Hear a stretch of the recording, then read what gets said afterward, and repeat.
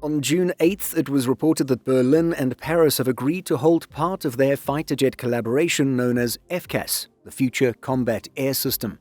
The news comes from government sources which state that aerospace companies Dassault and Airbus were unable to reach an agreement.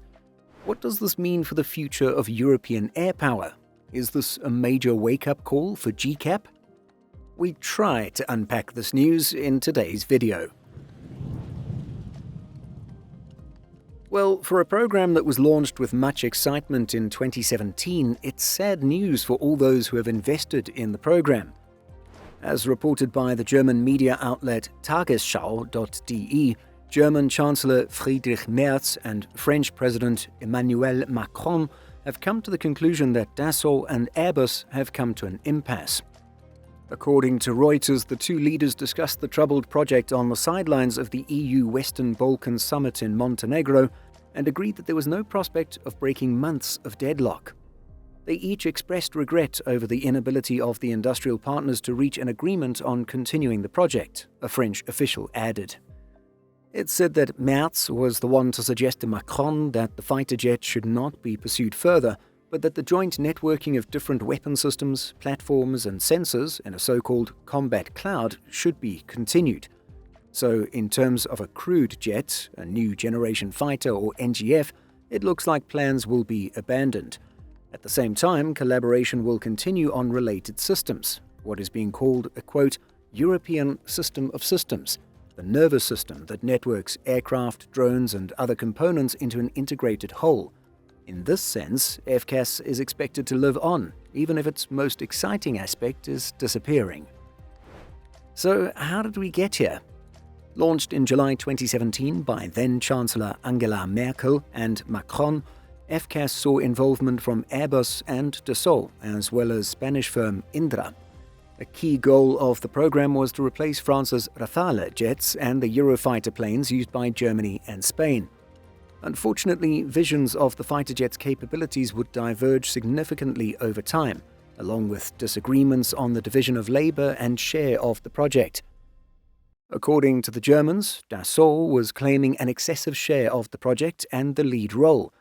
Additionally, according to Chancellor Merz, the two countries have fundamentally different operational requirements for a future combat aircraft.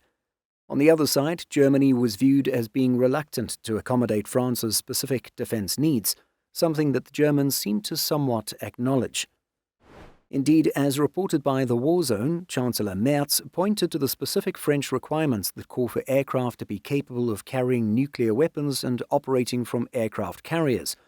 The German leader argued that Paris is seeking to shape the aircraft around French military requirements, which do not necessarily align with Germany's needs.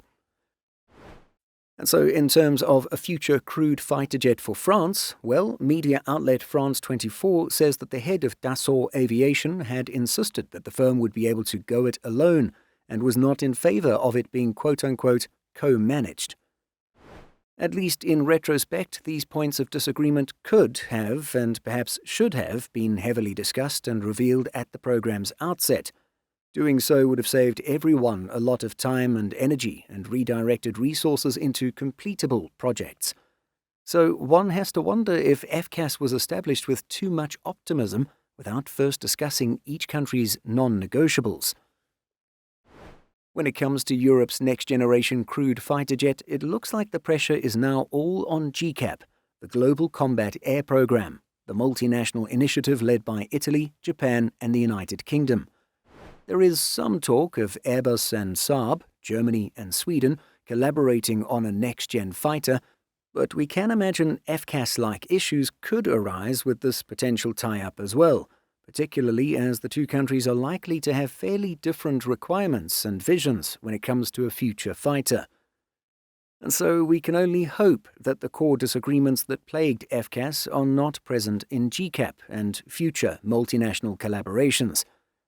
Indeed, it would appear that the biggest lesson learned from the ditching of the FCAS new generation fighter is that workshare, operational requirements, and various non-negotiables need to be discussed in depth before any grand and ambitious programs of this nature are publicly launched. Doing so should save taxpayer funds, as well as everyone's time and energy from being wasted. At the same time, it could be said that changes in governments and political positions of participating countries will always be major risks for any long-term collaborations, multinational or not. But what do you think about the news that this major part of FCAS will be abandoned? Do you think GCAP will be able to make it to the finish line? Let us know what you think by leaving a comment.